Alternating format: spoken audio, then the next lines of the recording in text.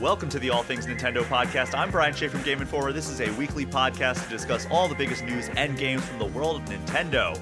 As you are listening to this episode, the Game Awards happened last night. I was on hand for the festivities, so we had to pre-record this episode. But if anything Nintendo related came out of it, I will hit that in next week's episode. But that means we are officially in the season of looking back at the best this year had to offer. For this week's episode, we're doing our annual look back at the eShop gems that came to Switch over the last year.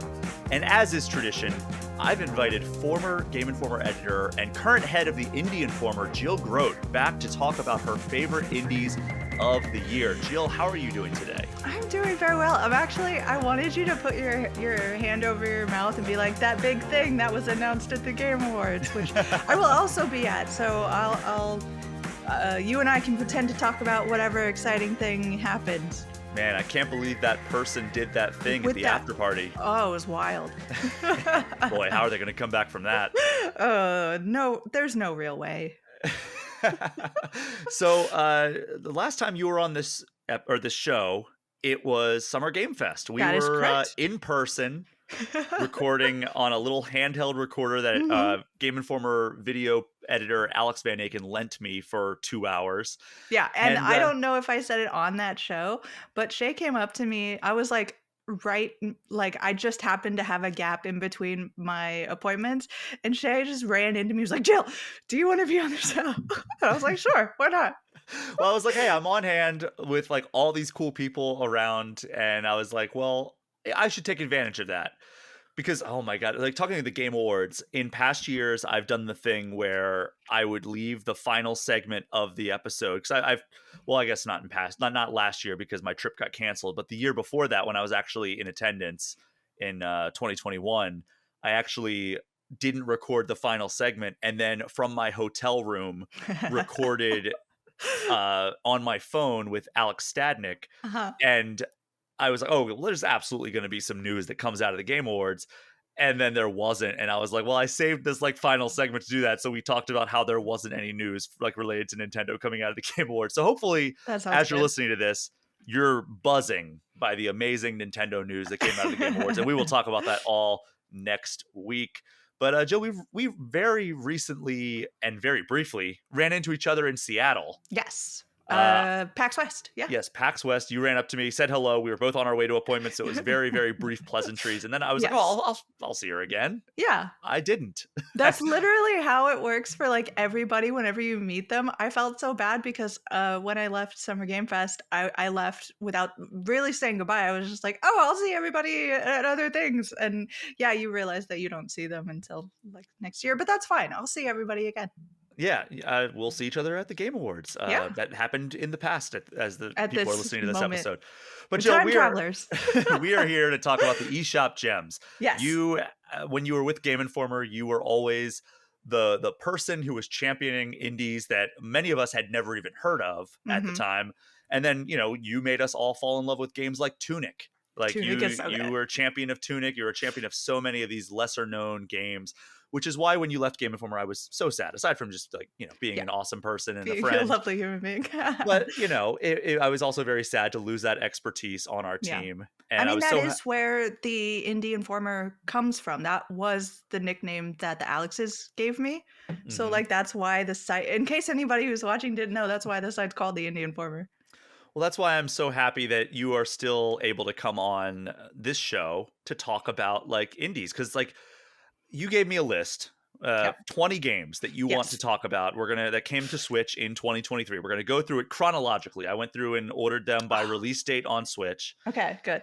So we're gonna have some method to the madness here, and I gotta say, a lot of these I'm like, oh yeah, absolutely, one of the best indie games I have played this year.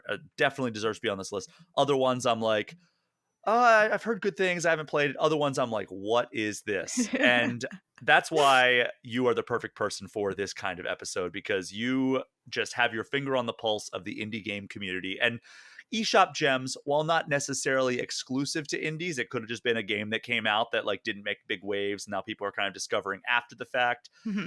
it veers pretty heavily towards the indie community. So that's why we're just calling this the eShop Gems of the Year, because it plays off our eShop Gems of the Week that we used to do more regularly, but we started kind of running out of picks. So Yeah. that's why we made it an annual thing with having you on here. So, Jill, Yeah. without further ado, let's jump into the first game that you want to tell us about. That is releasing on January 19th of this year, barely making the cut for this year's episode. A Space for the Unbound. So Yes. this is one that I did not play, but I wanted to. Yes. Um, this is. I actually am very proud of myself for guessing that this would be the first one because I'm like, I think this one was in January. Um, this is a game that I actually previewed while I was at Game Informer. So a lot of cool connections there. It is also an indie game that it was sort of the first indie game that came out that got like broad attention. And I was really happy to see it because this is an amazing game. You play, it's weird. It's a weird game. You play as a character who you start out and you're kind of friends with a writer who's sort of shy and trying to figure out how she feels about her talent and other people. And you find out she's got kind of an abusive home life. And then you seem to die. Okay. Yeah. And then you wake up and you are in school and you're behind the person who you've been talking to, this writer, and suddenly you're dating this person and no one really knows what's going on. And you go out on this date and cosmic weirdness starts to happen. So there's a lot of very strange, bizarre, like you're not expecting it because it is this beautiful pixel art, kind of cozy looking game. And then you've got this weird cosmic stuff happening.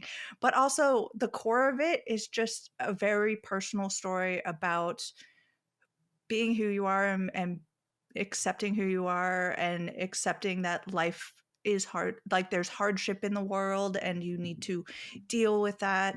And it's just cleverly written. It is a beautiful game. It's set in like rural Indonesia in the 90s, so it's like an Oh. unusual setting. It's just really wonderful. I hope that you get a chance to play it.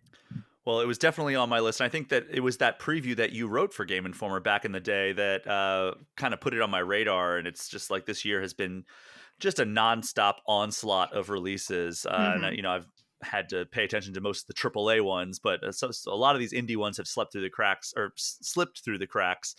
And this is unfortunately one of them. It seems super cool, and it's $20 on the eShop if anybody is interested in checking that out. And you said you guessed that A Space for the Unbound was the first one, Yeah. and it was the first one by a pretty decent margin because the next one came out more than 2 months later, Okay. March 30th. Can you guess which one that Is is? that Dordon? No. Oh, but you're spoiling parts of the list later on. Sorry, you asked me. No, it's another D one though, Dredge. Dredge, yes, that did come out this early, and that's another one that hit and was just a big sensation across all channels, not just the indie scene. This is Um, one that definitely made a splash. Ba-dum-bum. Um, Dredge is so fantastic. If you haven't played it yet, there is a DLC that I believe came out very recently, or is when this The when Pale this Reach DLC. yes, the Pale Reach DLC, which will add more. So go check that out if you haven't. You are a fisherman? Question mark. Question mark. You're a person who knows how to drive a boat. Um, and you are seemingly driven to go apply for a fisherman job at a village and you crash. And the way I like to say it is they kind of Tom Nook you. You crash onto the shore, and the mayor of the town is super okay with this. Like, everybody's super okay with this, which is sort of your first hint that things are a little weird here. Hmm. Um, and they're like, okay, we'll give you a boat. You just have to pay us back for it and just go out and fish. But as you're going out and fishing, you begin to realize things are not 100% as they seem. I love this game because it plays not just with um weirdness, but also it plays with literally the player as a person. You start to like, oh my god, what was that? Was that a thing? So it's like it's messing with your head as well as the character's head, and it's got a lot of twists and turns. It is in structure just a kind of cozy fishing game. Like it's a very good game loop, very compelling. You go out, you catch fish, you come back, you're trying to upgrade your boat, and then so you're trying to get money to get out of debt. But then when you get out of debt, which isn't very long, it doesn't take that long to stop having to pay it back. But then you're like, oh, but I really want to get extra like power because my boat goes super slow, or I want to get the net that helps me get deep sea fish so that I can get this object. And they're very, very good at that sort of thing.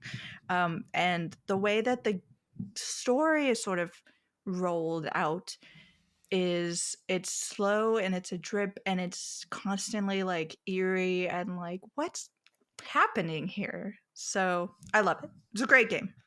From what I played, it was very fun. I didn't get super deep into it, but yeah, there is a little bit of similar. There's a lot of parallels with this one and one that we're going to be talking about later, which also was a very big hit this year.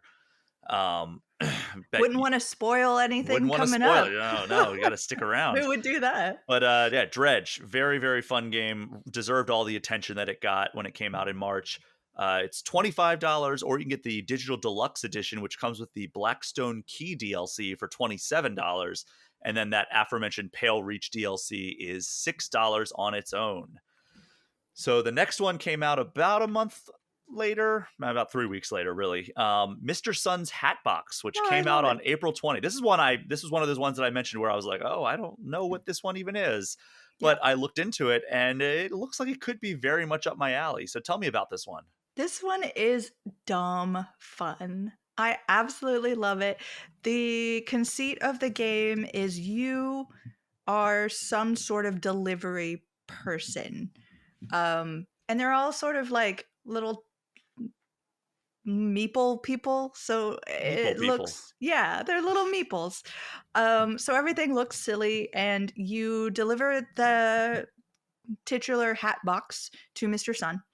But before it can be the delivery can be successfully completed, you are like attacked by ninjas, or Just like assassins. Animal Crossing. Yeah, it happens. So you vow to return the hat box under any means and start up this sort of lethal delivery person chain organization to go back and uh, retrieve the hat box for Mr. Sun as he is under contract with like super special retrieval delivery. So, as a delivery person, it is your job.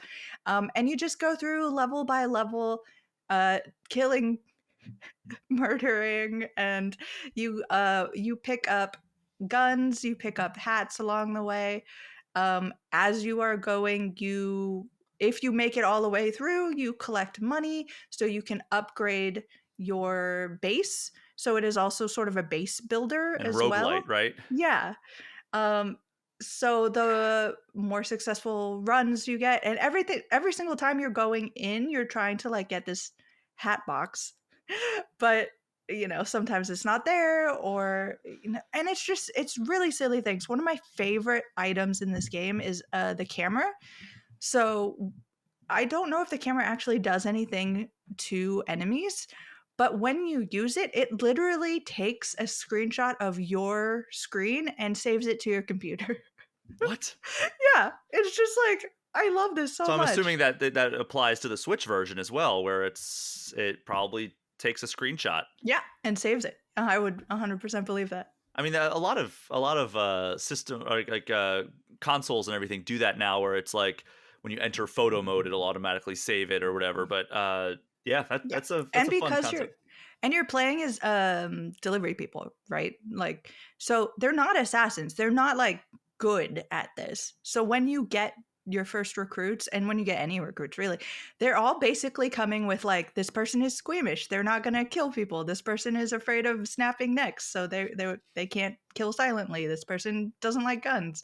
So it's like you are under the worst possible um circumstances for trying to set up this organization, and it's just fantastic.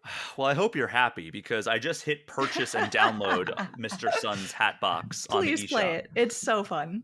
So It's so stupid, but so fun. I have you to thank for that $15, which is how much it costs that I just spent on Mr. Yeah. Sun's hat box. And We I will hope that, see how many more of these in the future you'll end well, up. thankfully I do own a decent amount of the ones Oh, that good. we're talking about here, or I am familiar with it. And I was just kind of like, I can hold off on that for now. But uh, yeah, that is $15 on the eShop. And, the next one that came out was May 25th. And this is one that I was familiar with, but I have not played. The Case of the Golden Idol. Yes. Oh my gosh. I feel like I say this for every title that comes up, but it's like this is such a unique game.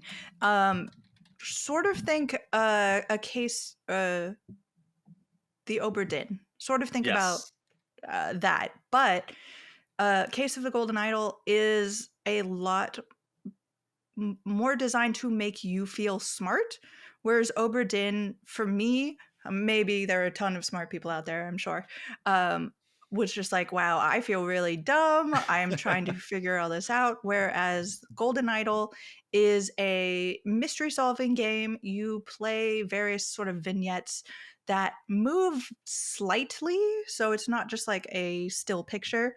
And you're going around and you're finding clues and you're piecing it together. And when you find clues, they turn into words, which you have sort of two gameplay sections. The first is investigating the scene, and the second is piecing together what you think happened. And very cleverly, they give you all these words in a word bank. And the piecing together is kind of like a paragraph where you just put those words in and plug them in. Um, so you kind of have a sense of what you are trying to figure out and who might be doing things. So it gives you enough so that you feel like you are solving everything, and you just feel really, really smart, but it's also very tricky. It isn't like an easy, like, oh, I breezed through that. It wasn't even anything. Like, it will challenge you. The thing I wasn't expecting when I first played it is there is a wild story that goes along with it. The Golden Idol is sort of the MacGuffin throughout it, and you are trying to figure out like what has happened in every kind of crime murder scene investigation you're doing has something connected to this golden idol. And by the end of it, like the golden idol has really changed the society in which you live, and it's so weird. And uh, if you haven't played this, please do. Yeah, I know that it did have a lot of people who loved it back when it came out, but it just so many games this year Yeah. that I just could not play this one, and I'm bummed about it. But it came out May 25th. It is $18 or $30 for the complete edition, which includes the Spider of Lanka and Lemurian Vampire DLC. Have you played those DLCs? Yes, I have. Both are very good as well. Like a lot of times if you get DLC, you're like, oh, is it going to be okay? But both very good. Both um, continue on the story. Believe both of those are sort of prequels to what happens. So you can play Case of the Golden Idol first and then check those out. Or if you want to check those out and get the before what happened with the Golden Idol, you can do that as well. Oh, interesting. Yeah, DLC is a hard sell for me because it's like once I finish a game and I've moved on, like it's so hard for me to go back. Like, I'm a big Sonic guy. I have Yeah. not gone and played the Sonic Frontiers like new story content that they put Hmm. out because it came out a year after that game came out. I'm like, yeah, I think I've moved past that game, even though I liked it a lot. And it's like, it's so hard for me to go back and like that's why like season passes are always just a bad idea for me. Like, it's like, hey, you can buy this and like for $30 you'll get all the DLC as it comes out, and it's like I've done that a few times and I just know myself by now that it's like I probably won't go back to that Right. game. The Like it nice thing about this game in particular is the way that it is structured to be like Mhm. scenes. It is a lot easier to insert DLC because it's like, oh, it's just a new scene. So it doesn't feel like you're sort of having to It's all reintegrate. seamless. Yeah. Awesome. All right. Well, that again, $18 or $30, depending on the edition that you want there. Now we're starting to get to the part where these games are coming out at a slightly more rapid clip. Not quite where we get later in this list as we get into like the holiday season or in the Yeah. fall. But summer had like kind of like a pretty steady release cadence here. So here's the one, Door Dawn. Your the one you My guessed. guess. I'm Your like, I guess knew for that the this game that came came out out. in March. It came Yeah, out actually June 13th. So that makes while we sense. were at Summer Game Fest, right? That was Time that was has that no week. meaning. Yeah. I probably had finished it beforehand to make sure that I could cover it, but, it is the oh, man. I wanna say it's the most gorgeous game that came out this year, but I can't even 100% say that because there were so many Mhm. amazing visuals that hit this year that I'm just like, ah if you see this game, it is essentially a moving watercolor. It is a watercolor painting in motion.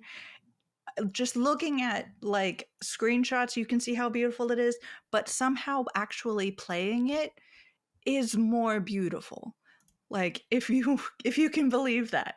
Yeah, Um and it is gorgeous. Like I'm scrolling through the screenshots right now. I've seen it because I have, I edited Marcus's, I believe, who's the one that reviewed it. I edited his review, and I ended up, thinking that it looked amazing while I was doing it. But I haven't seen any video footage of it, so I should definitely check that out because it's like beautiful in its own, like just standing still. So like seeing yeah. it in motion, I can't even imagine.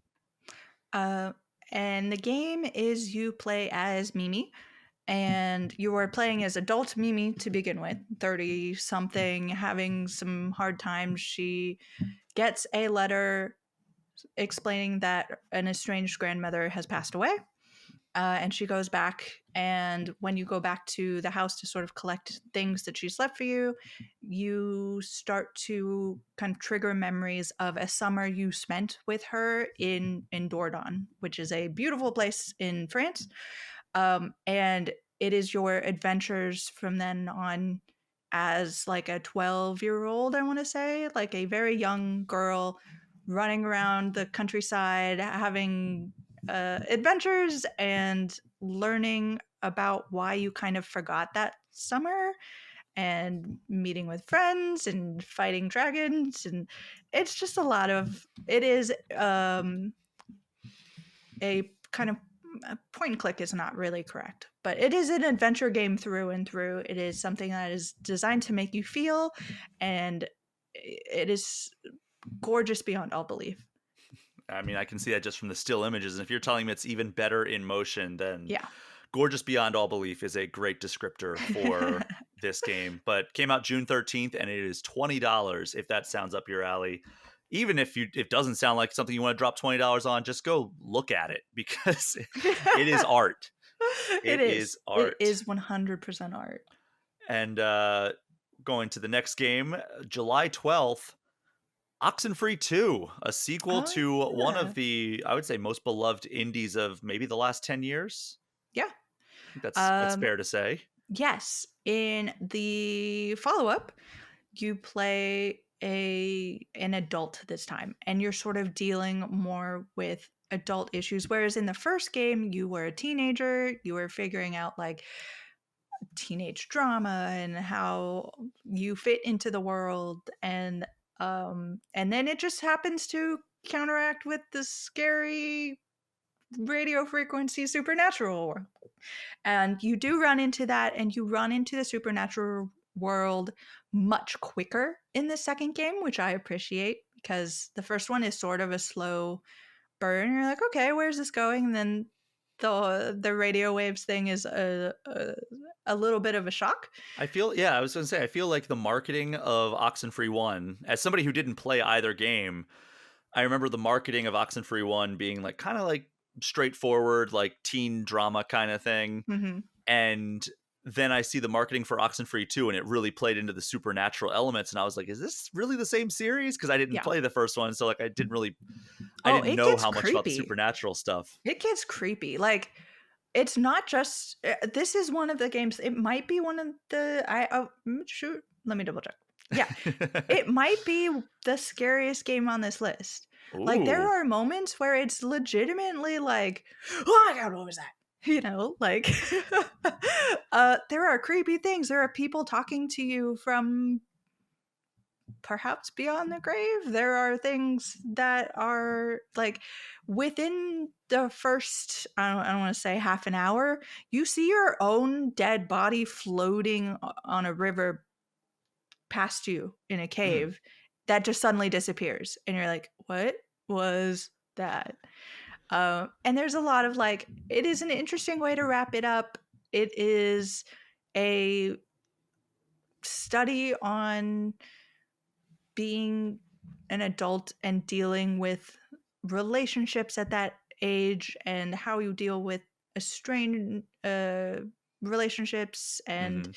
whether or not you can get those back and whether or not the decisions you've made are worthy of also having strained relationships down the line, and at the same time sort of trying to figure out what was unleashed in the first game and trying to solve and perhaps save the world.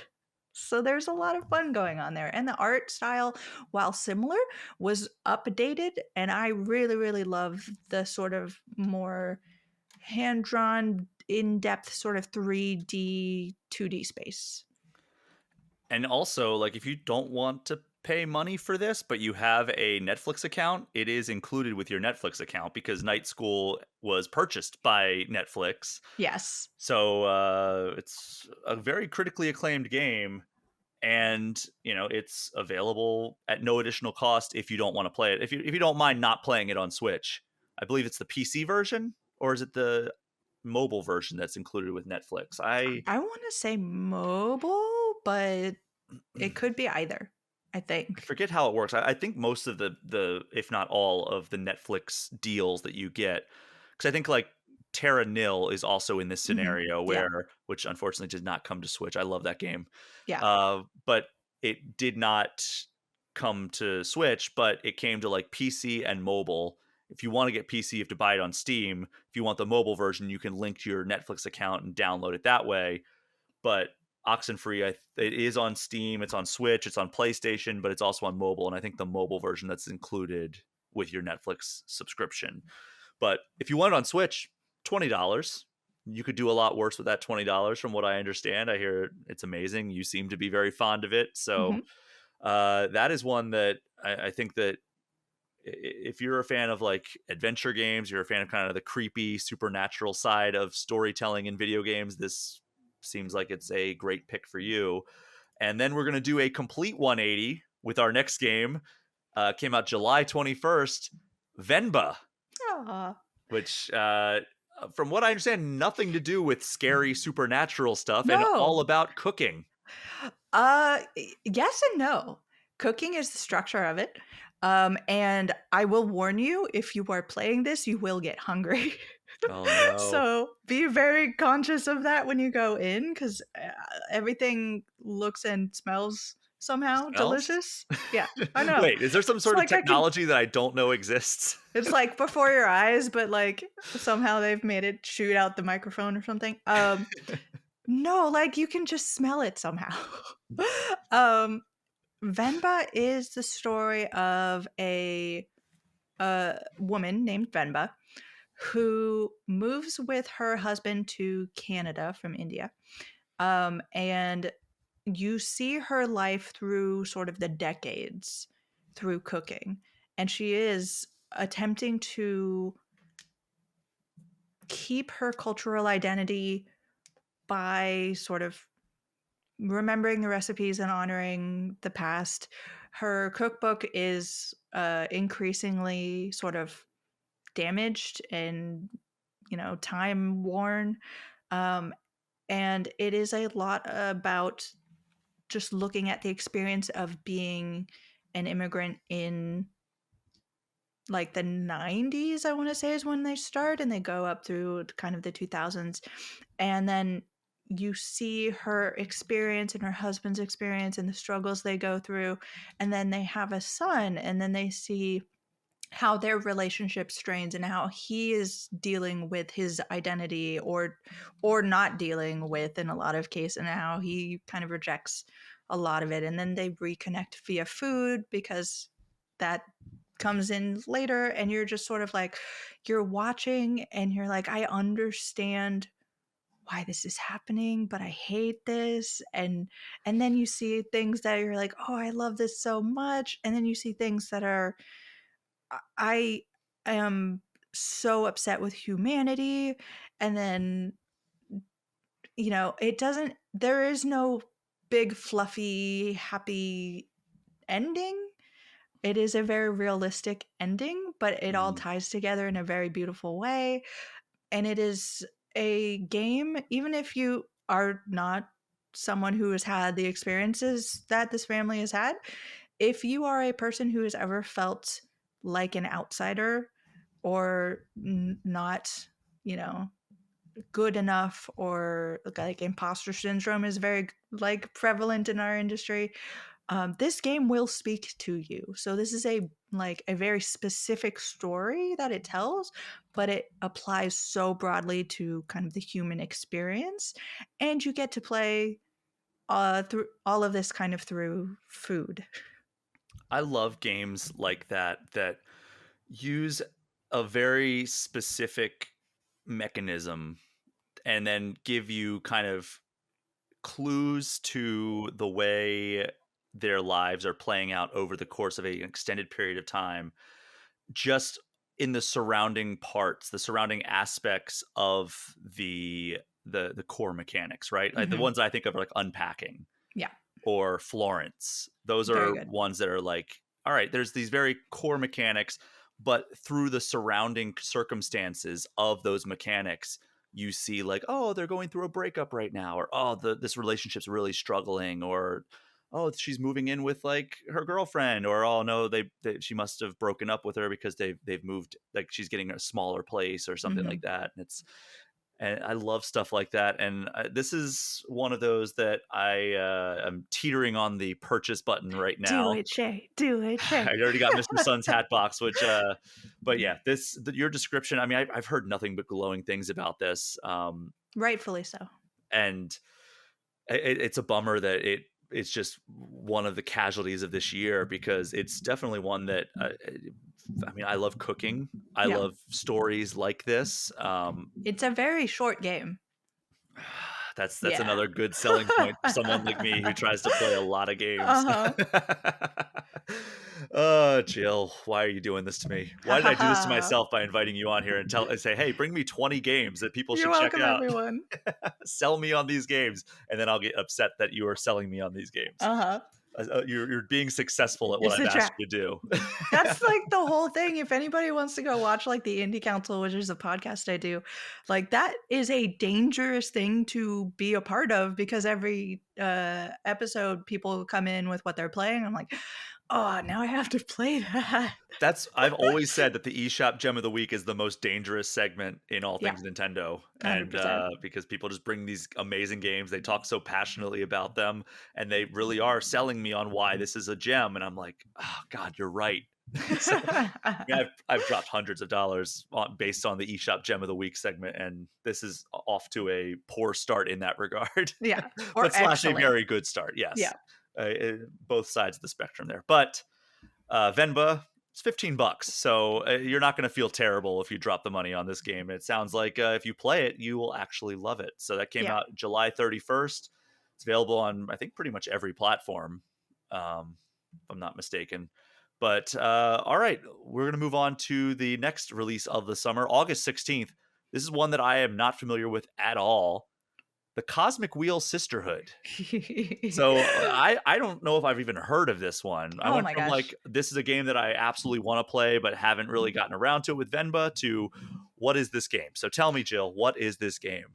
So chronically like slept on. I really want to shout this game out. It is weird and interesting, and you basically start out as you are a witch, and you have been exiled to space for reasons that we will learn throughout the game. And you've been there for centuries, and you're starting to kind of lose your mind. Like, there are hints of, witches in this universe being immortal and I believe very hard to kill.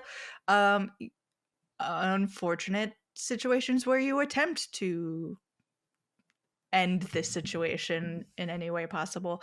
Um, the way you are attempting when we start the game is that you are summoning like a very bad demon to come and help you, who turns out to be kind of cool.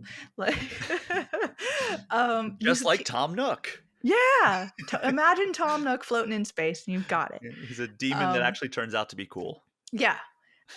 So this demon appears and is like, I can help you get through your situation. Your magic, which had been when you were exiled, you're not allowed to use it anymore, had been in the sort of tarot card reading realm. So the demon offers you the ability to create your own cards. So this is a lot of fun just in and of itself, because it's literally like an artistic endeavor. You are like literally like arting your cards, and I took way longer on this than I thought I would. But you gain like strength, and I can't remember what all of the attributes are, but you gaining attributes through dialogue, and this demon is helping you out, and so you can create cards that have these attributes as you're going along. And so you sort of find out that I'm not going to tell you that. I'm not going to tell you that. Well, I will say that it when I went to the eShop page just now, Yeah. so because I'm bringing up all these games as you're telling me, so I can have like the visual reference if I'm not familiar with them. Uh-huh. It was one of the few games that has asked me to enter my age, so Yeah. there's definitely some mature themes at play. They're And definitely. uh, also, when I was typing into Google, the first result was the Cosmic Wheel Sisterhood, and then ending. And I'm like, okay, well, so there must be some stuff that people Yes. are interested in diving deeper into with the way this game Yes. wraps up. The way that the game kind of twists and branches relies on your tarot card reading. So you, for various reasons, run into various people, and by turning the cards, you change how things might happen. So Hmm. if someone is like, hey, I want to find this artifact, where can I find it? It's like, okay, so if I turn one card, it's like it's on a moon 500 years in the future or something. Or like another card will be it is underground in a lava pit or something. And depending on which of those you end up getting, or which of those you decide, because you are actually kind of deciding which cards to put down, Mm-hmm. um, you like, maybe that person dies in the lava pit, and like you won't know that, they'll explain it later, and maybe that person could have helped you with a future situation and now you don't have them. um, or maybe they go to the moon and get fused with a demon, and now you got to deal with that situation, and everything sort of comes to a head with your coven discovering that you have kind of done this, and everything sort of starts collapsing. You have to save like reality as you know it, you know. So, The simple stuff. yeah. Well, I mean, I'm looking at it. This is another one that like I'm like kind of hovering over, but I'm gonna settle with adding this to my wish list and maybe waiting for a sale, even though it's already kind of cheap. It's $18.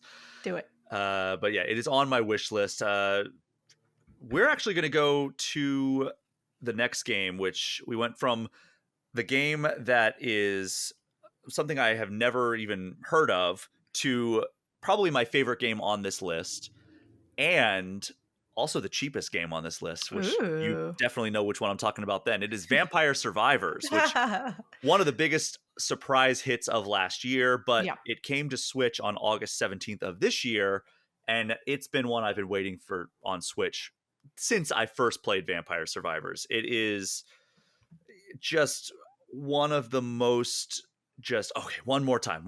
Just I cannot tell you how many hours I've sunk into this across both Xbox and Switch because I was playing it on Xbox. I probably put in about 20 hours on that one. And then it was announced for Switch. I'm like, all right, I'm going to stop my progress immediately and make Switch my main one. Because I've described it on this show in the past as like a cheat code for travel because you just get on your plane, you turn on Vampire Survivors. It's very simple. It's not like a whole lot of brain power required. And you just lose, anywhere from 10 to 30 minutes like very very easily and it just Yeah. flies by. But 100%. I mean, it's a single stick game, which is when somebody told me it was a single stick game, I'm like, that sounds very dumb, but it's so much fun. Like it Yeah. is like you're just building your characters as you go, like unlocking new abilities, basically taking on like thousands of enemies at a time, and with like very top down pixelated graphics. Looks like, I mean, until you unlock like the more advanced abilities, it looks like it could be running on an NES. Yeah. But then you get like more and more advanced abilities turn into the most unstoppable killing machine that has ever existed in a video game. And even then you might still lose because like Yes. there are very difficult challenges in this, and like sometimes you just don't have it. Like sometimes it's like, okay, this was like a pretty easy ascent to victory, and then other times it's like I did everything right but just like the cards didn't fall in my way. But anything else to add about this game? Because every time they do a free title update or release new DLC, this is one I do go back to. Yeah. And I I mean, you say it's a travel game. I have it on my list of like best sick games because it oh just yeah. takes that little effort, like brain wise, and it's so engrossing that you forget that you feel gross. Um, it is good, like everything you said, I repeated, but also it has that element that I love of sort of like older games where things happen and they're not like telegraphed. So it is 100% like a surprise when you unlock a new character because Hmm. it's not like telling you, oh, you're going to unlock a character if you do this. Like there are no like objective markers. Like at some point you get a map unlocked, like, and it never tells you that you're gonna unlock a map, but it won't, like, at some point, you just like, "Oh, you have a map," and then you look at the map and you're like, "Oh, there are question marks on this map. Let me go to that." So there is an element of just, like, I didn't know that it was gonna get deeper, and then it got deeper, which is fantastic. But yeah, I think this won last year's All Things Nintendo award for game that is out already that we most won on Switch, or whatever the punchy version of that title is. Because like the year before in 2021, it was like, yeah, we want Persona 5 Royal on Switch, and then it came to Switch. Vampire Survivors was the pick last year, if I'm not mistaken, and here we have it. It is now on Switch, and it's $5 for the game. And then there's two DLC releases, and you're like, oh god, well that's how they get you. They're only Yep. $2 each. Yeah. So if you want everything this game has to offer, you're talking $9. Even if there's no sale going on, $9 for the entire Vampire Survivors collection. I think there might be another. Was it a DLC that they announced or a free title update? I think it was a free title update, so that they just like Yeah, announced. the winter one? Yeah, Yeah. so $9 you get hours and hours of gameplay. But like there's also sales. I think like when it first came out, it was like on sale for like $1.50. And it's like, yeah, Yeah. don't force me into it or anything. Don't twist my arm. But yeah, the Vampire Survivors is the game on this list that I most love, but there's plenty of other good games on this list that we still have to go over. So we're going to move on. This is one that is not my favorite on the list because I haven't had a chance to play it, because this has been the craziest stretch in my career in terms of like combination of travel and also other work that I've had to do. Like, I mean, around this time I was working on the Super Mario Brothers Wonder cover story, Mhm. so I was very very busy with all things Mario. And Yeah, I reached out and I was like, "Shay, I you know. need to calm down." Cause like, I'm looking at these, like, back to back cover stories and you're just, like, burning that oil. Yeah, because I went from Sonic Superstars almost immediately. I think we had one issue between Sonic and Mario Wonder. So this was a very busy summer for me, and it's only getting busier, let me tell Yeah. you. So Mhm. Sea of Stars is the game we're dancing around talking about. Came out August 29th, and it is the reason I'm telling you it's not my favorite game of this year because I haven't played it, but it is the game out of every game, not just eShop gems, not just indies, out of all the games that came out in 2023 that I most want to play. I want Mhm. to play this game more than any other game that I haven't played that came out in 2023, and it's Sea of Stars. So tell me about why I should fire this up right now. It's on my Switch as we record this Yeah. episode. Shay, I have news for you. Like, echoing everything you've said, not just with AAA, the indie scene has been unstoppable. There has been a, like, barricade of games that are just hitting me in the face. I have actually not played through Sea of Stars either. But you've played Like, it, not I played have through played it. it. I've not played through it. I've got to do very early kind of previews. The person who did our review is one John Carson, which people might Ah, remember, shout former out John Carson. Game Informer editor and absolutely lovely human being. Um, this is so up his alley. So he got to do the review for us.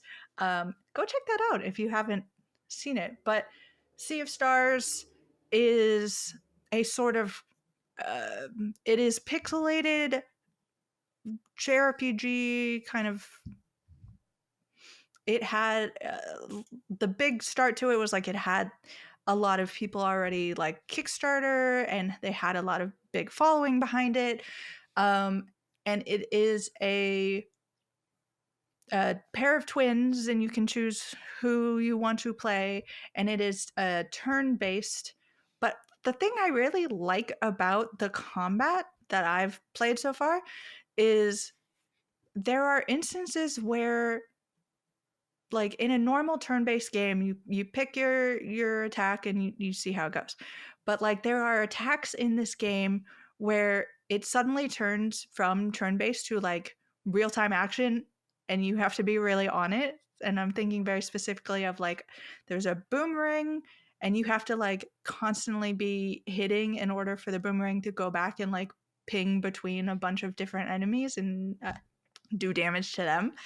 And that is such a cool concept. I love all of these games that are starting to push that formula a little bit and twisting on it so that, it's familiar, but at the same time, totally new and something interesting to play. Not only do I enjoy the combat, but this game is another one of those gorgeous games that came out this year. Mhm. I am like, again, so swamped with so many things that I am playing that I also have to get more into this game, and I am going to try to do it before the end of the year. So good luck to both of us, Shay. So I remember my first experience with Sea of Stars. It was the first remote interview that I did once COVID shut everything down and we weren't like traveling for events. Like literally, I think it was the first week that everybody was just stuck at home. And I Mhm. got an email from PR being like, hey, we have like the next game from the studio behind the messenger. And we wanted to see if you'd be interested in like interviewing them ahead of the announcement. So like I knew about it before it was announced, and I was like, "Oh, this looks amazing!" Because they showed me like a little bit of a brief like gameplay demo and everything, and like then talking to I guess it was like the two directors or maybe the director and the producer or whatever, and like just chatting with them about it. Like, I ended up being awesome, and I thought the messenger was good, not great. I think that there are brilliant parts of that game, and then there are some things like the Metroidvania format just didn't work for me in that game. But like the side scrolling like linear action levels were amazing. Mhm. This takes place in that same universe, which Yep. but it's like 1,000 or 2,000 years in the future or in the past, right? Like it's like a prequel, like a distant prequel. Yeah, something like It's like a that. world prequel, I guess, is the best way to put it. So I don't know if there's any like connective tissue between the actual story of the characters or anything like that. But yeah, Sea of Stars, I've heard nothing but glowing things from everybody who's played it. Amazing turn-based RPG, again, top of the list of games I want to check out when I finally have some downtime. And It's $35 if it sounds like it's up your alley, and it's one of the ones that we did a cover story on Yeah. earlier this year, and the cover art is so gorgeous that I am extremely bummed I didn't write it because I have all of my cover stories framed on my wall. I'm looking at them right now, and I'm like, man, that would have looked so good framed up on my wall. But you know, Just can't go break protocol. just cross out I assume it was, like, It Marcus. was Kyle. Was it Kyle? No Yeah, way. and he also reviewed it for us, I believe. He Kyle, loves, like, get out of here. Chrono Trigger and everything, so, Oh, yeah, like, yeah, he yeah, that's that makes perfect sense. for him because this is, like, a I'm spiritual sure there were successor. people who wanted to, like, murder him to get that I chance. mean, it was Cross out his name and just put yours. it was definitely a hotly contested one that a lot of people wanted to write, but yeah, I'm super glad we got it on our cover, and it turned out to be a success. Came out August 29th, and it is $35 if you are interested. So the next one on the list came out September 5th. It is Chants of Sinar. So Sinar. tell me about this one because I'm not very familiar with this. This is perhaps one of the most innovative games that came out this year. I love the art style, very minimalistic, very like pop colors of reds and yellows and blues when those start getting introduced. Ooh, I'm Um, looking at it now. It's really striking. yes, visually lovely. The core concept of the game is essentially it is fanfic for the Tower of Babel. Okay. For anyone not familiar with the story, um, a group of human beings try to build a tower to God, who becomes angry and breaks the tower and curses all of the people to speak different languages so they can no longer understand each other. And that's the explanation for why we all speak different languages in different parts of the world, which Yes. it's very weird to think that, like, all right, now all of a sudden I speak like Spanish. This isn't how it Like, happens. as somebody who's trying to learn Spanish through Duolingo right now for like the last 600 days, I just hit my Uh-huh. 600-day streak. I wish I would be afflicted with that right now Yeah, because it would be that'd be so great. much easier if like I was just suddenly like, oh, you're cursed to speak Spanish now. It's like, oh, that's Get actually that. very, very, it's a lot easier than doing Duolingo every day. Yeah, get that dumb owl off your back. Um, Exactly. I could delete that owl. so you start the game, and instead of everybody speaking a different language, it seems like no one, I mean, everyone sort of speaks, but no one really understands. So you're sort of learning language as Okay. the gameplay. So, great example, you start the game, you are in front of a door, there is a plaque next to the door, there is a lever below the plaque. You look at the plaque and it has symbol, symbol, symbol, symbol, lever. And you're like, okay, um, how do I deal with this? And then, sort of like um, Golden Idol, you will collect those symbols in a journal. Mm-hmm. And then, when you actually pull the lever, the door opens. So, by sort of inference, you can figure out that one of those symbols is door, one of those symbols is closed, and one is open.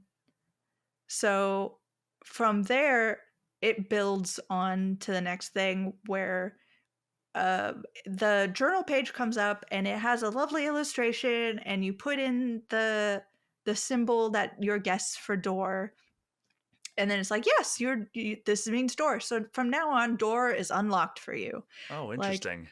so now you move forward, and door is unlocked, and the word open is unlocked, and the word close is unlocked. So you move forward, and then there's a whole new situation. Like, you run into a person, and so when they are speaking to you, it's like symbol, symbol, symbol, open, symbol, symbol, symbol. So you're like, okay, now I have to figure out what all of this means. And so you are going through step by step, coming up with and figuring out all of these different symbols to get through the story unfolding of this these people who have been afflicted by this curse. And it is a very, very interesting concept, and I just sort of love how unique and interesting it is. It sounds really unique and interesting, and the art style itself is amazing, and it's added to my wish list officially. And there's a demo that you can download on the Yeah. eShop if you would like to check it out. I don't know if the progress carries forward. I actually have reached a point in my life where if a demo's progress does not carry forward, I am very unlikely to play the demo because it's like I don't want to like have to replay stuff if I end up liking it. Right. But yeah, Chance of Sinar came out September 5th, and it is $20 if you are interested in checking that out. And I'm very interested in checking that out based on your description. That sounds amazing. I heard some good Very cool. stuff. It just I just never really dug too much into it. So we're gonna go into one that I know you were so excited for before it came out. I bet you can guess on which one this is, right? Mhm. Uh, I n I I don't wanna say. This is It another trap. You're trying to trick no. me. Is it does it have a catchy theme song? Does have a catchy theme song. The Oh, one you're no. thinking it is. Uh, I don't know. Is it Myth Force. Oh, I know you were so excited yes. for this game. Oh my It's on gosh. your list, so I assume you ended up Yes, yes, yes, liking it a yes. lot. Oh, it's fantastic, Shay. Uh, if you have not heard the theme song for this game, please do, because I would actually throw this into the Game Informer when we would have like morning meetings. I would throw this into the in the chat in the morning meeting just to like get everybody in a good mood because it's so catchy. It is essentially a game that encapsulates the feeling of Saturday morning cartoons in the 80s. Like you're thinking So like Masters of the Universe, stuff like that, where like it's Thundercats, like Thundercats. it is that it is sort of over the top. It doesn't take itself too seriously, but it's not making fun of it. It is very like loving and caring about all of this sort of property. It is built as a multiplayer game. You can play it solo, and I've done that. And it's essentially just like going from room to room, clearing the rooms as your chosen character. My particular main is Hawkins, who is the archer, Looking because at he's him the best. now. um, and you're killing skeletons, and you're killing mushroom men, and you're killing like big giant lizard guys, and you're going after like very 80s like villains that are just like ha ha ha, I am going to take over the world, like that sort of, like there's no gray area here. You're the good guy, they're the bad guy. The art style is so incredible. It It is is. hand painted.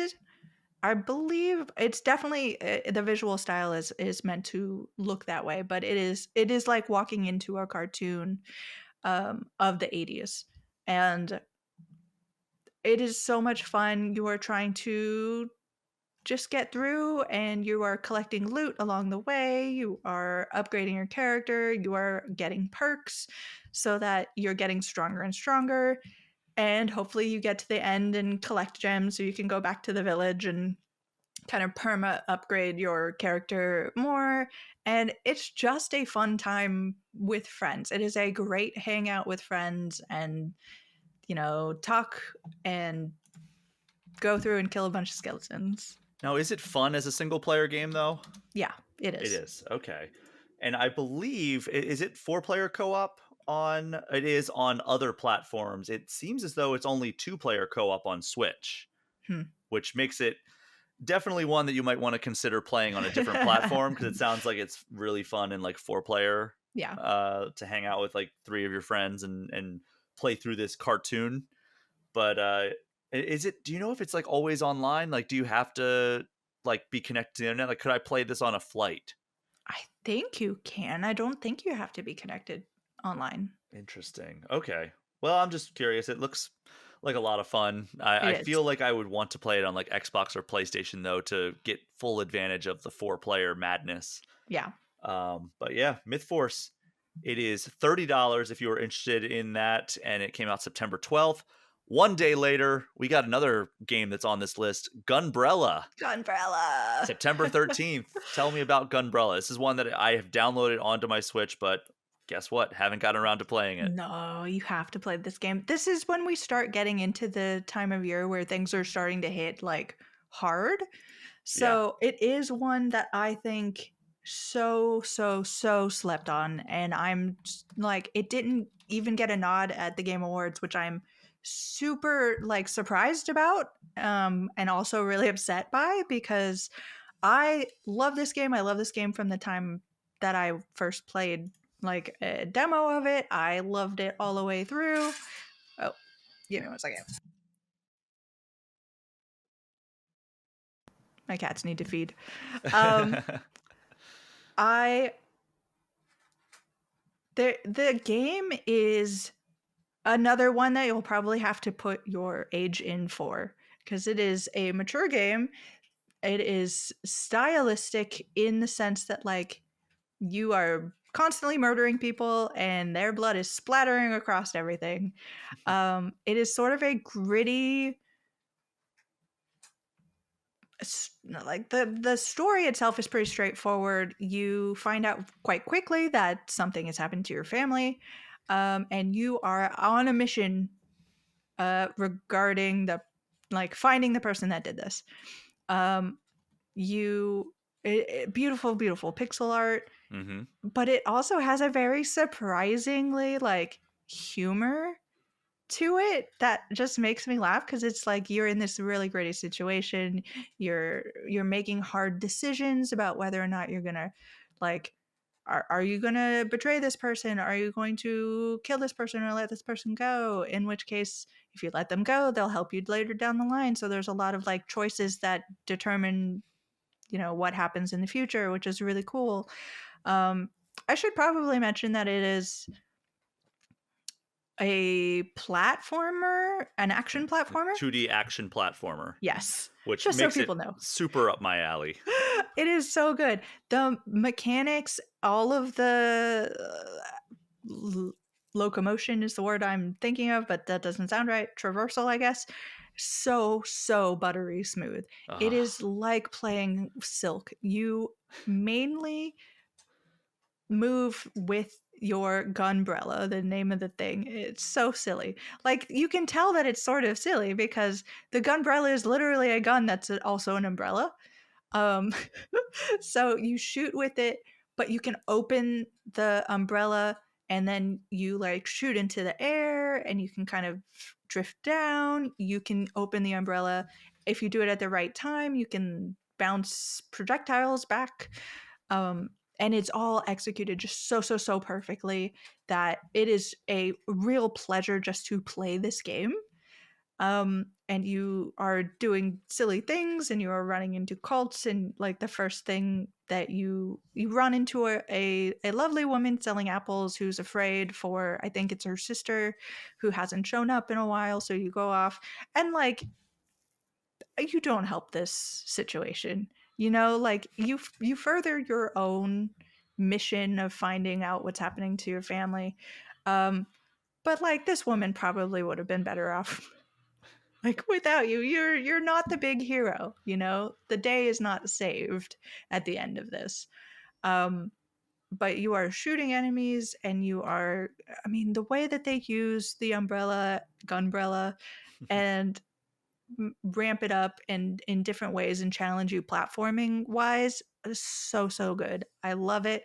It is a lot of fun. It is a lot of like, it can get heavy at times, and you can, like, oh, what would happen if I had done this instead of this? And that's the sort of game I really like, is it makes me think about what happened afterwards. Shay, you should be playing this game. I want to. Yeah, it's up there with Sea of Stars in terms of like games on my Switch that I want to play.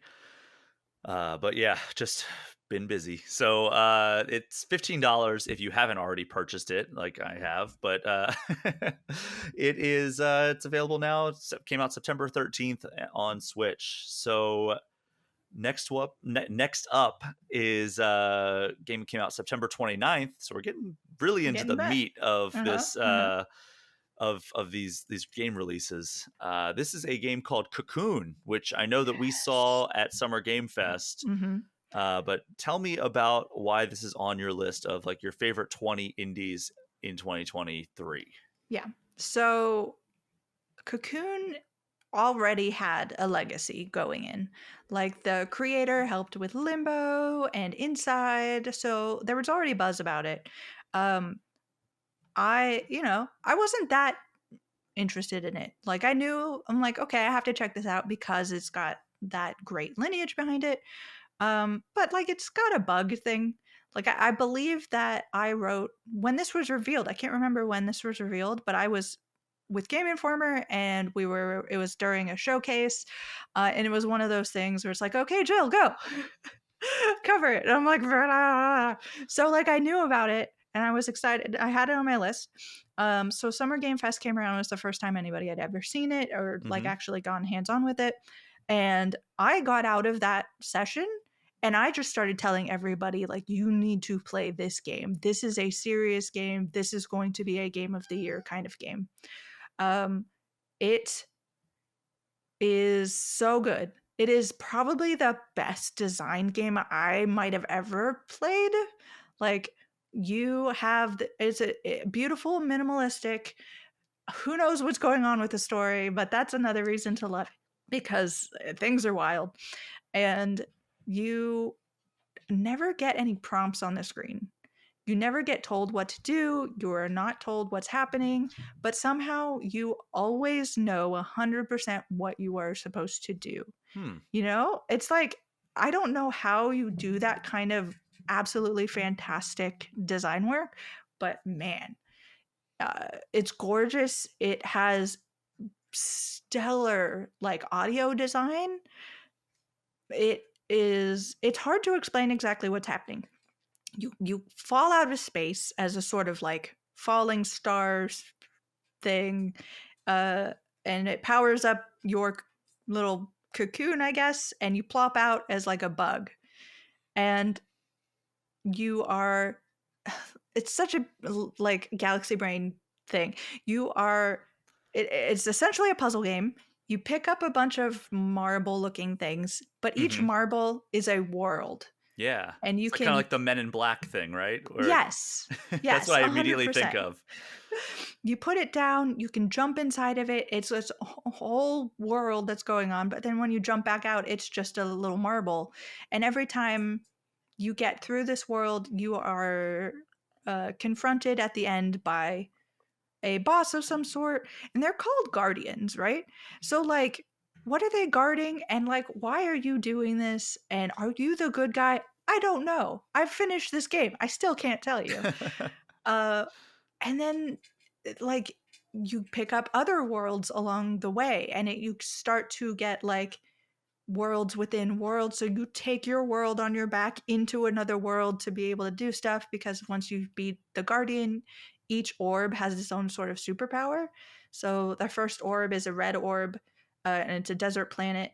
And when you pop out of the planet, the orb reveals pathways once you defeat the final boss. So like Okay. you're walking along pathways that are now unlocked because you've defeated that world. And so every world has this sort of like once you get through the whole thing, but like getting through a world oftentimes requires you to use the other world's powers. So you have to Hmm. like dive into. And at the end, it's like a point at which I'm like, I'm literally inside this world, inside this world.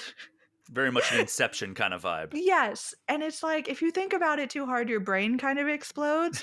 But because it's so well made, you're never really lost on what to do. Some of the puzzles are challenging, Hmm. but a lot of the time it's because you're overthinking it.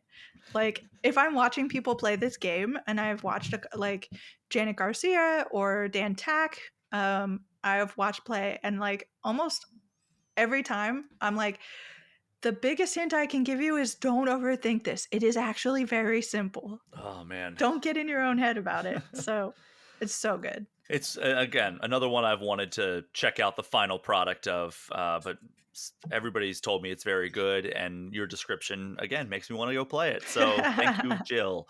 But it That's is my job. $25 if you would like to check that out. Cocoon came out September 29th. And then here's another one that I have no familiarity with whatsoever. Came out October 26th. Frog Detective, the entire Oh. mystery. So tell me about So Frog Detective. Frog Detective is actually quite an old game. It is a very silly, you are a frog, you are detecting. Like, the Wow. yeah, What a it's revelation. yeah. I mean, like you have Lobster who's a detective who's like the number one detective, and you're like, oh, I love the lobster, or like, oh, it's just so silly, Shay. So the first one that I actually played was the third one, which is cowboy themed. So you just show up in this Okay. cowboy town, and you're trying to solve, like, everyone's hats have gone missing, I believe, is the Oh actual no. mystery. Yeah, I know. Big deal. That would be a big mystery though. If everybody in your town woke up and like every hat they owned was gone, like I would be like, "Oh, like something bigger is going on here." Like, and to just get you to understand how kind of silly this game is, when you start out, you get off the train, you go into the one very conveniently placed like telephone booth, and your manager, senior chief of police or whatever, I was like, I've sent transportation necessary, and you get out and you're thinking like, oh, I'm gonna get like a horse because it's cowboy theme. You get out and there's like a scooter. And so the game turns into just me for half an hour playing on the scooter and like doing Tony Hawk tricks, and it's so ridiculous. And you roll up to the town and you're trying, like, it is very much you talk to a person, they have a problem. You talk to the next person, they have a problem, but they might be able to help you with the last problem, which helps you with the next problem. And they're all things like, "Oh, I've lost all my painting ability. I have no muse." And there's another person who's like, "I wish I had a like I wish I had someone who could paint me or something." Um, or like I don't remember why this was. Oh, at one point you go into a vault and the vault owner has accidentally like locked themselves out, or someone has like they have like a lockbox in the vault and they've forgotten their password or something. They've forgotten their ID, and the vault owner won't let them in. So later on, you find someone who sells like fake IDs. So you're like, oh, okay, I'll get a fake ID for this vault, and like you commission this person to like make all your false identity stuff, and then you go back and you pretend like, oh yes, I'm the owner of this, and the vault owner for some reason has no idea they're being duped, and you get whatever's in the vault. It's something stupid like a banana, and it's all very silly until you get to like where I thought the ending was going to be. And then I get so angry, Shay. Something happens that I'm like, this cannot be the end. I am not going to let this stand. How dare you? So, like, by the time I'm done, it's like a couple of hours long. I'm like steaming mad at this game, not going to let it end this way. And then it continues. And I'm like, that's genius. This silly little game made me feel so like invested. Oh And the god. rest of them are all just equally very silly, but Well, you endearing. again sold me on this one. It's adding on to the wish list. And it's $20 if you are interested in checking out Frog Detective, the entire mystery. So, Yeah. guessing that at one point it was not the entire mystery No, because it this one came in is. episodes 1, 2, and 3, and now all of them are combined in one place for the low, low price of 20 bucks. I will say that the eShop is struggling as I search through these things. I'll click on things and just nothing ever happens. Like it's having a rough day. Yeah. But $20 for Frog Detective, the entire mystery. And now we're going to go to. I mentioned how Dredge made a splash when it launched. I'd say this one making some waves. Dave the Diver. What a fun, Shay.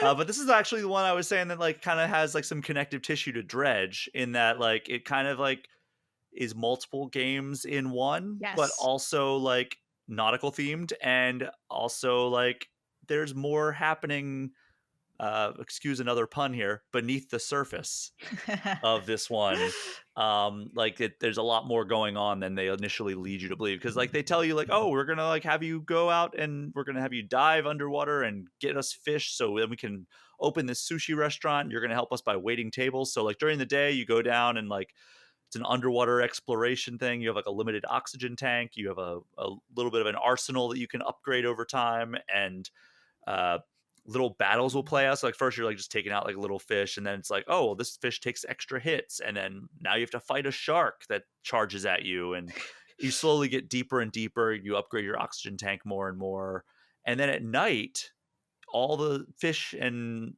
like aquatic life that you collected goes to the sushi restaurant that opened on shore, and you are a waiter who's going Mhm. around like you create the menu. You can upgrade the restaurant with different like cosmetic stuff, like you make it so like the interior looks nicer. You can research new recipes. You can upgrade existing recipes with a very fun cutscene that plays every time you upgrade a recipe, with the sushi chef kind of like having like this very like cool, like he's just like being like all the care he puts into like making the sushi and everything, and like he's showing like him like creating the recipe. It's very very fun.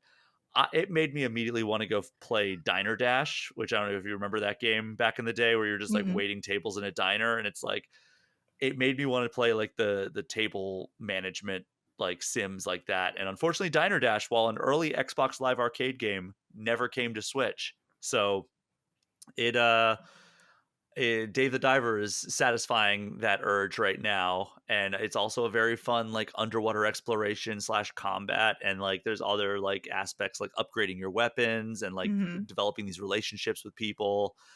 And I like both elements of it almost equally. Like I look forward to going back at night to like run the sushi restaurant, and I Yeah. also look forward to going. It's not like, okay, I got to get through like this underwater part so I can go and do like the sushi thing. It's like, okay, it's time for the sushi restaurant. I'm very excited for that, but I also can't wait to like try to further my progress on this mission underwater. And it's quickly become one of my top 10 games of 2023 as I've played more and more of it. Anything to add on this one? No, 100%. Like, the loop feeds into itself so brilliantly that you're just like, okay, it really matters to me that I have tuna for this tuna party that's coming up. So that's what I'm going to look for. But then I'm in the ocean looking for tuna, and all of a sudden, like a baby whale needs my help, you know? Yeah, or a And dolphin comes up and like you need to free it from a net or mhm, something. it's so good. And then there's even more that starts happening underwater. And it is a really, really fantastic game. The cutscenes are unbelievable with how Oh my over the god, top and just so, so good. like, you mentioned the chef who's like, it's essentially like an anime like samurai, right? He pretends like he is training on the top of a mountain and like, oh, cutting through like a straw mat to get his sushi technique just perfect. It's so, so good. I love, and there's so many other characters that have these similar scenes. If y'all ain't playing this, you're missing out. Legitimately one of my favorite games of the year. Dave the Diver, $20 on the eShop. It's a perfect fit for Switch as well. Like Yes. it originally was PC only when it came out earlier this year, and then in October, late October, it came out, and I was like, well, that I already owned it on Steam. I barely played it, and now I'm like, well, I'm going to delete the Steam version and absolutely 100% play this on Switch. It's a great fit for it. Yeah. So, Dave the Diver, $20, came out October 26th on Switch. We're in November now, Jill, We're and doing it. Spirit Tea is one that I've seen advertised a lot on, especially the Xbox dashboard has been advertising it. I wonder if it's like a Game Pass like It thing that they're is. pushing. Yes. So, but it's on Switch as well. Came out November 13th. Tell me why this game belongs on this list. Okay.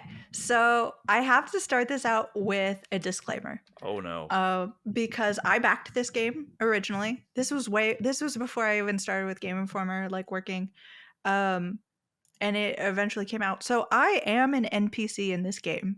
You What? can go and be friends with me in this game. Do I have to be friends though? Like can I become like frenemies or Enemies. just flat out enemies? I'm afraid, Shay. Like, going into this game, I'm like, what if I don't like me? What do I do?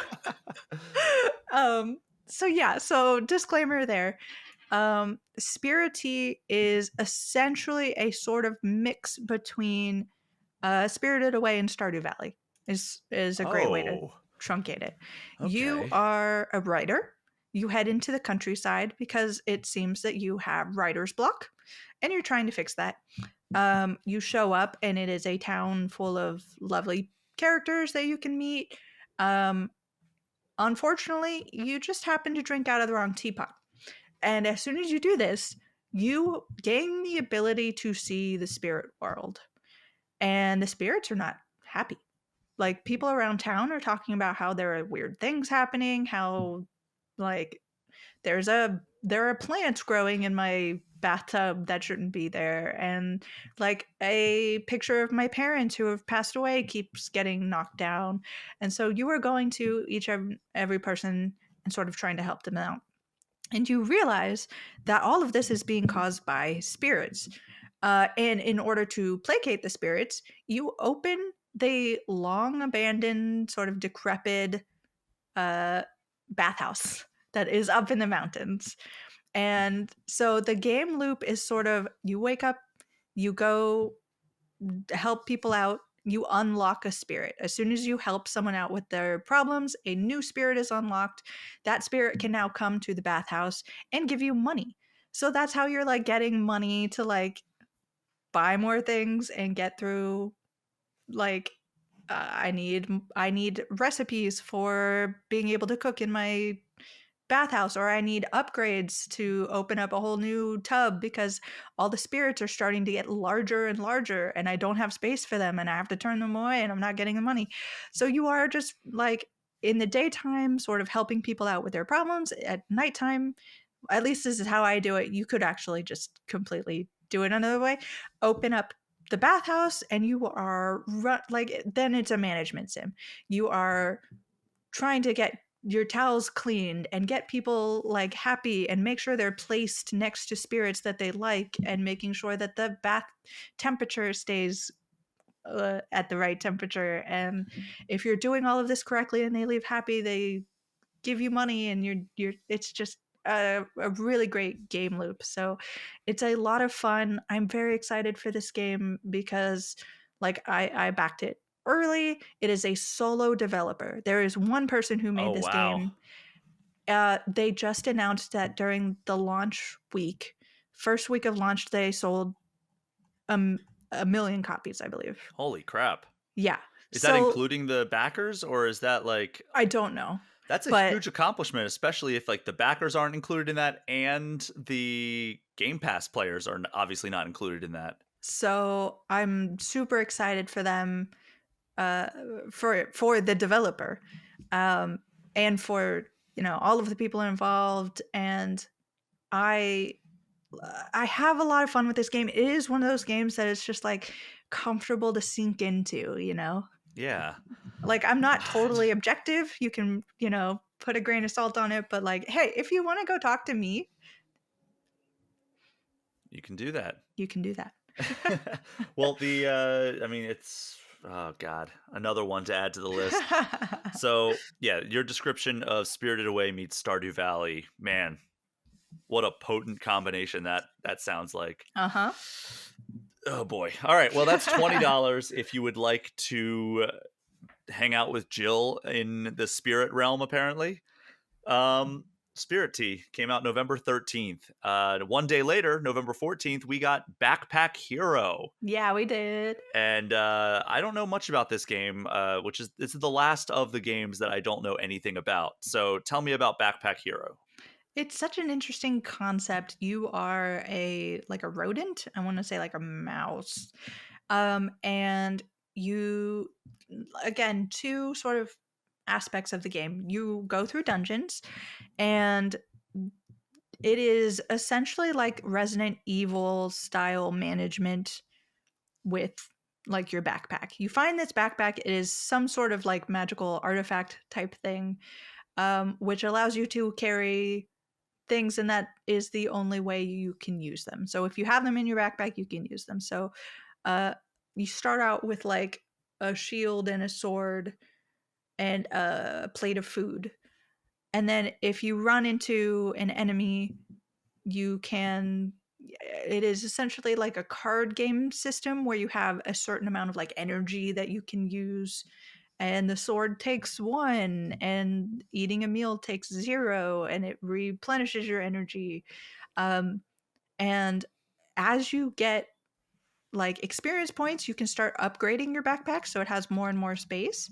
And as you find loot throughout the dungeons, you are collecting things that if you put this next to this, it makes your attack stronger. And it's like Oh. physically inventory wise if they're next to each other. Like, So it's so like it's gamifying the Resident Evil inventory management. yes. And so you're like, okay, I want to make sure that this is to the left of this, but it has to be on top of this in order for it to work. So you're like constantly kind of shuffling things around.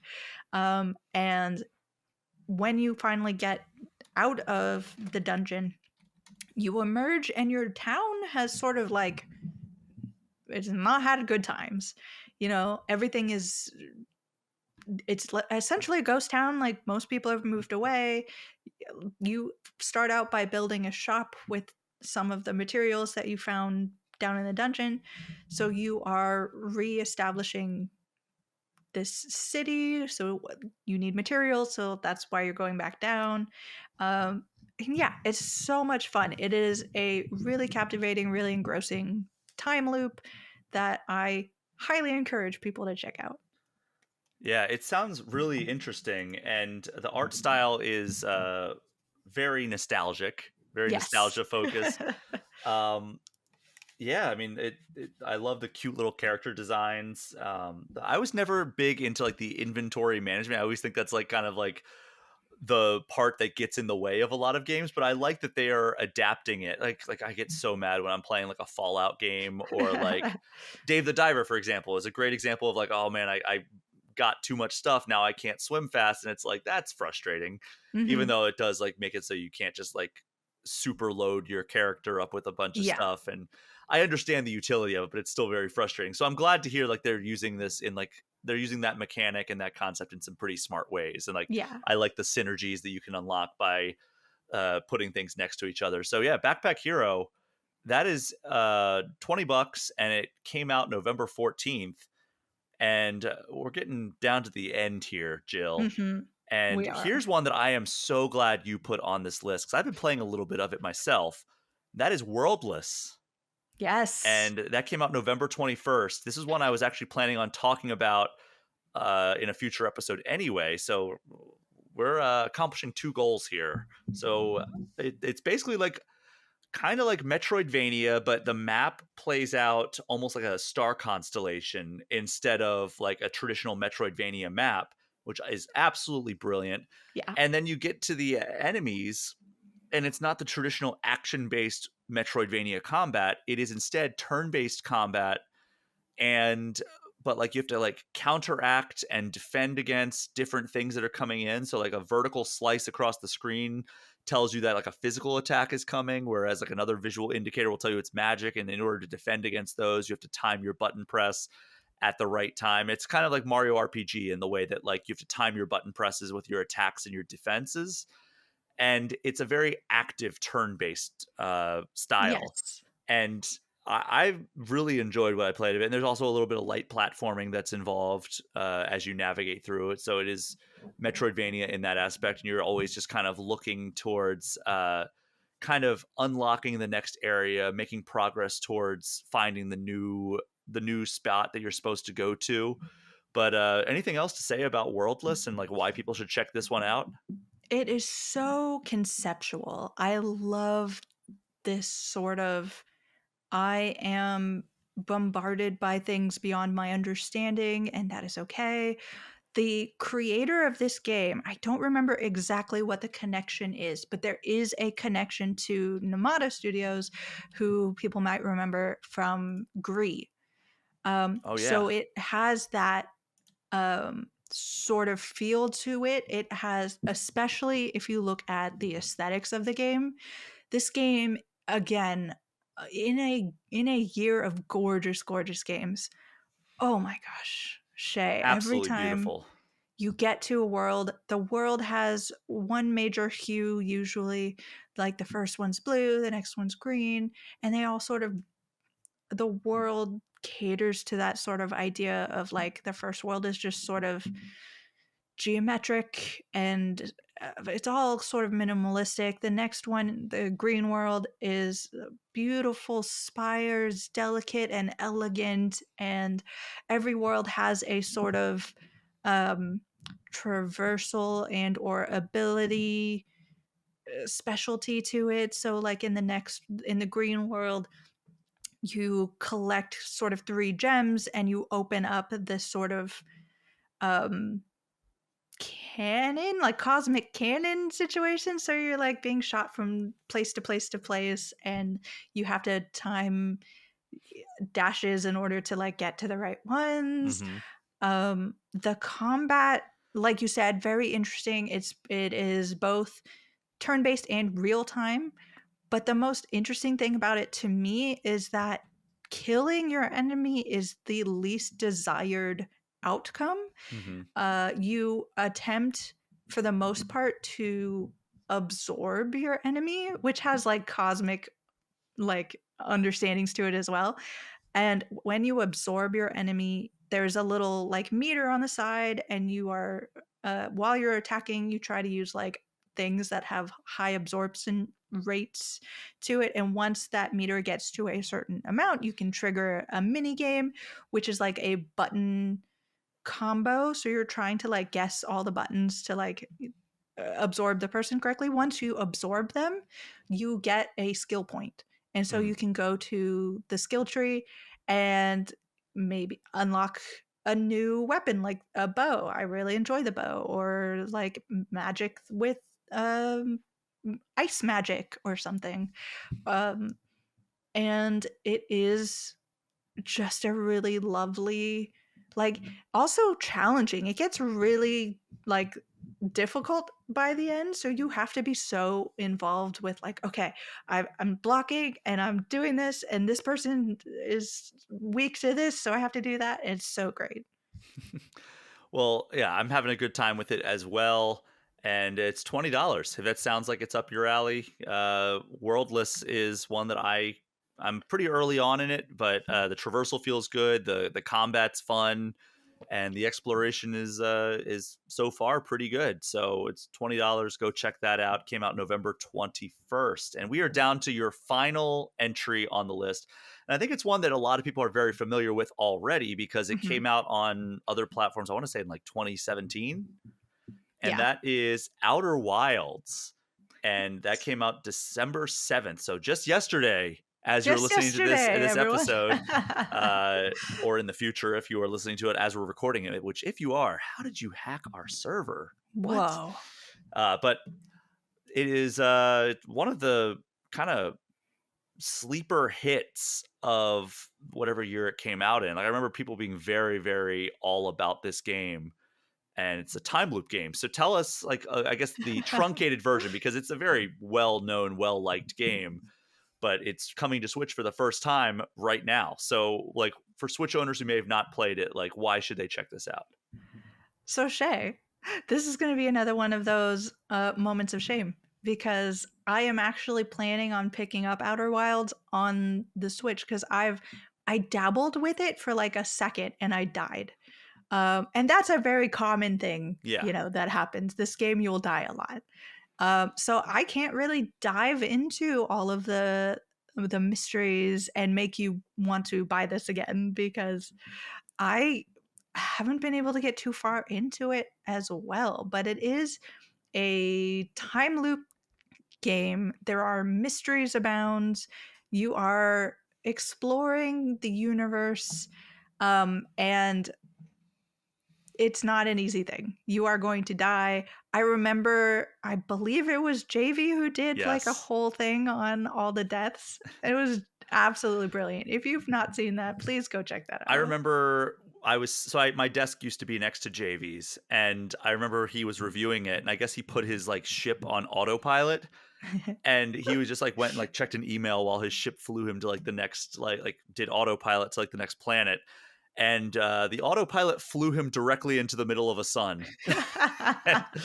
And that was one of my that was when I was like, okay, that is amazing. And I want to check this out. I just kind of I kind of had the same experience as you, where like I had some hardships early on, wasn't really sold on the gameplay super early on, but I bounced off of it. But I do want to check it out, and I think the Switch version is going to be the catalyst for that. Right, But and, it is Outer Wilds. I think it's like the Archaeologist edition is yeah, what this one is called, so it comes with a lot of, uh, other things, well, you have your included. choice. You have your Yeah, choice. There's the $25 edition or the $38 edition for the archaeologist edition. And or by the way, it's going to be on sale through the 28th of December. So pretty much by the end of this through the end of this year, it'll be $20 for the standard or $30 for the archaeologist edition. well, So there you you go. have until December 28th to take advantage of that sale. So Jill, we made it to the end of We the did it! eShop gems of the year, but I have one I'd like to shout out, but I don't need to go super into depth about it because I talked about it just a few weeks ago in like the hey, let's catch up on a lot of games that we missed during the busy season. It's Thirsty Suitors. Yes. Mhm. Very fun.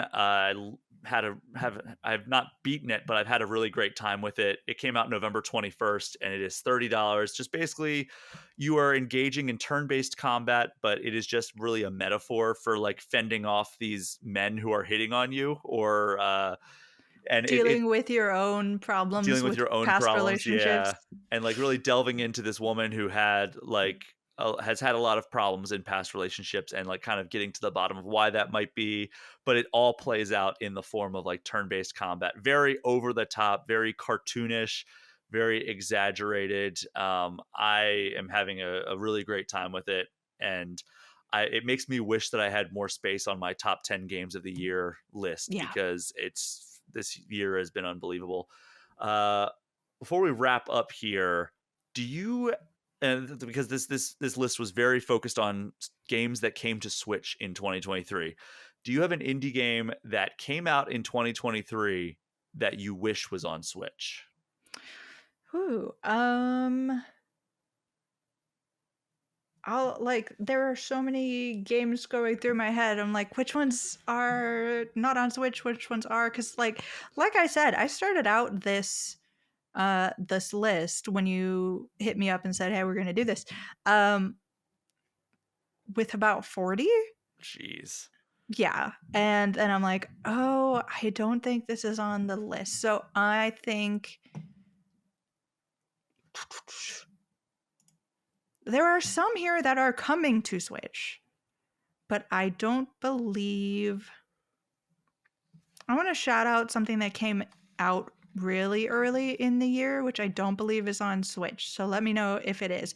But it's called 8-Bit Adventures, and it Which is a really fun, uh, again, classic kind of JRPG, playing with the idea that like you kind of figure out very early on that you're playing in a game that they don't know is a game, but you kind of know is a game.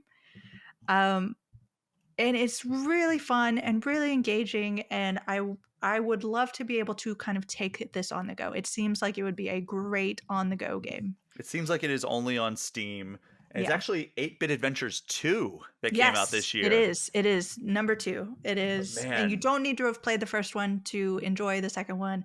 It's a lot of fun. It really, really oh is. wait. The official website lists it on everything. PS5, Oh, PS4, Switch, Xbox, Xbox One, Steam, but is it? I can only find the Steam page. Yeah, I also didn't find this on Steam, which is why it was not on my official list of the top 20 games. If it's on Switch, please go play it. It's not because it's not on Xbox either yet. But I wonder if they're planning on. Let's Planning on see. it. I Let's mean, see it's what good. we're doing investigative work Right here. here, right now. Uh, Everyone, this is what the magic is made from. According to, I mean, man, there's no indication of when it's coming. Every tweet from the creator of this game is download it on Steam here or play it on Yep. Steam here. So like even though it may be coming to Switch and Xbox and PlayStation at some point, it is definitely not there yet cuz I've searched for it on both Xbox and Switch and it's not there and all of Joshua Halloran is Lovely human being, the by the way. creator. Oh, I've never met him. But all of his tweets are like download it on Steam. So I have a feeling it is not on those other platforms just yet. But yeah, it says 8-Bit Adventures 2 is everything you love about NES, SNES, and PS1 era JRPGs with all Oh, the yeah. charm, heart, and soul, but none of the inconvenience. Dynamic turn-based battles and pixels with personality. And Absolutely. it has a very positive rating on Steam. But yeah, it came out January 31st, 2023. That sounds like a great fit for Switch. So I hope it comes out soon on Switch because that is one I would absolutely dive into. I had one, and it is Viewfinder. Oh, That would yes. be a That's great fit for great. Switch. I think it's only on PlayStation and Steam, maybe. That sounds right. But yeah, I loved what I've played. I think I've played about 75% of that game on PS5 before I had to go do something that I can't bring my PS5 to. And yeah, I Yeah. very much enjoyed that one. But Talk about galaxy brain ideas. oh my god, my brain broke so many times playing that. But Jill, that is an episode of All Things Nintendo, and that is our eShop Gems of the Year. That is 2023. We did Thank you it. so much for coming on this episode. Thanks for having me. I remembered when we talked, I want to say at PAX West, we're like, we should definitely like do this and not just do the end of the year. And then it's like we blink and it's the end of the year Oh my again. god. I can't believe we're already in December for this year. Like Yeah. 2023 Went flew by. by. Like it kind of feels like every year since 2020 has flown by. Yeah. Time is just meaningless at this point, but I Yep. really appreciate you always coming on this show. I'm glad that we at least got you on for the Summer Game Fest episode. Yeah, 100%. But we'll have to do some other non end of year wrap up episodes with you here in the coming months. But I'm thank you always again, happy. and I'm glad that you were able to make time for this show Yep. today. 100%. Everybody go check out the indieinformer.com, also the Indie Council. We next week when recording, but November, the end of November for people who are now listening to this because of time travel, we are having Greg Miller on to explain his crimes. Oh wow, his crimes. Okay, well that's a good tease because I just want to know what the crimes are, and then I want to hear the explanations. So uh, that'll be an episode to listen to. But thank you so much to everyone for listening. Do me a favor if you haven't already, throw All Things Nintendo a 5-star review and hit that subscribe button. If you want to get any questions or comments in, you can get in touch with me at allthingsnintendo@gameinformer.com or on social media at Brian P. Shea. And of course, you can always join the Game Informer community Discord, which is a perk for subscribing to our Twitch channel. Jill, tell people about your social media stuffs. You can find me at just me personally, Finruin, Finruin on Twitter. The Indie Informer, I believe on Twitter is Indie_Informer because someone stole the Indie Informer. No. I'm on Blue Sky. I am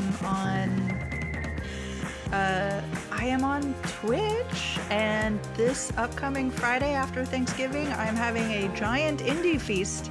If you haven't seen it, go back and check that out. It's going to be absolutely epic. And yeah, if you want to, like, most of this is going to be linked on the indieinformer.com, so go check that out. Yeah, indieinformer.com, a great resource for probably all the eShop gems that we're going to cover on this show because you and your pal John Carson just have your finger on the pulse of the indie community. Cannot recommend checking out the Indie Informer enough. But that is our show for this week. Thank you all again so much for listening. Take care. We'll see you next time.